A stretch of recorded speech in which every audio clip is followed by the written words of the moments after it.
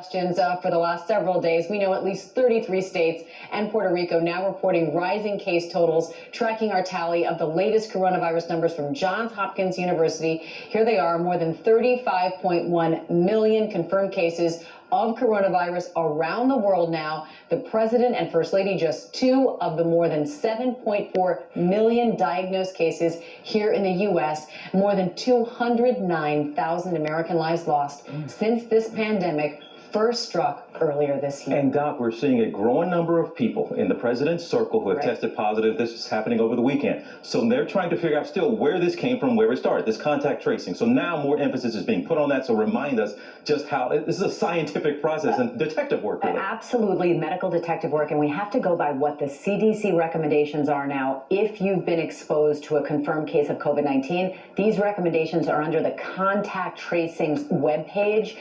First of all, what's the definition? A close contact is within 6 feet for at least 15 minutes of time. Now, here's the complicated part. Starting 2 days before the confirmed case developed symptoms, or if they don't have symptoms, 2 days before the person who just tested for positive sent off the specimen. So the CDC is recommending, we heard Dr. Robert Redfield say this, if you're exposed, get tested. The question, of course, when?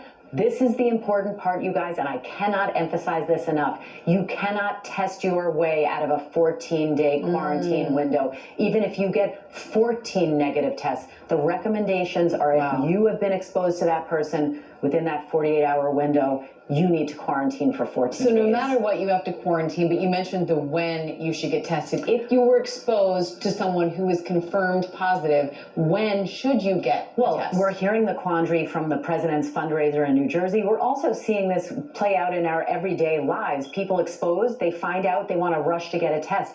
If you go too soon, you have an extremely high chance of getting a false negative. So we know average incubation is 5 days. I asked Dr. Fauci, he said, good time to get tested, day 3, day 4, day 5. If you wait until the 7 to 10 day range, you'll get about 90% of those people who will test positive. But I cannot emphasize it enough. A negative test does not mean you do not have to quarantine. And it's not a quick answer, even if you initially get a negative test. Correct. All right, Dr. Jen, thank you. We're going to turn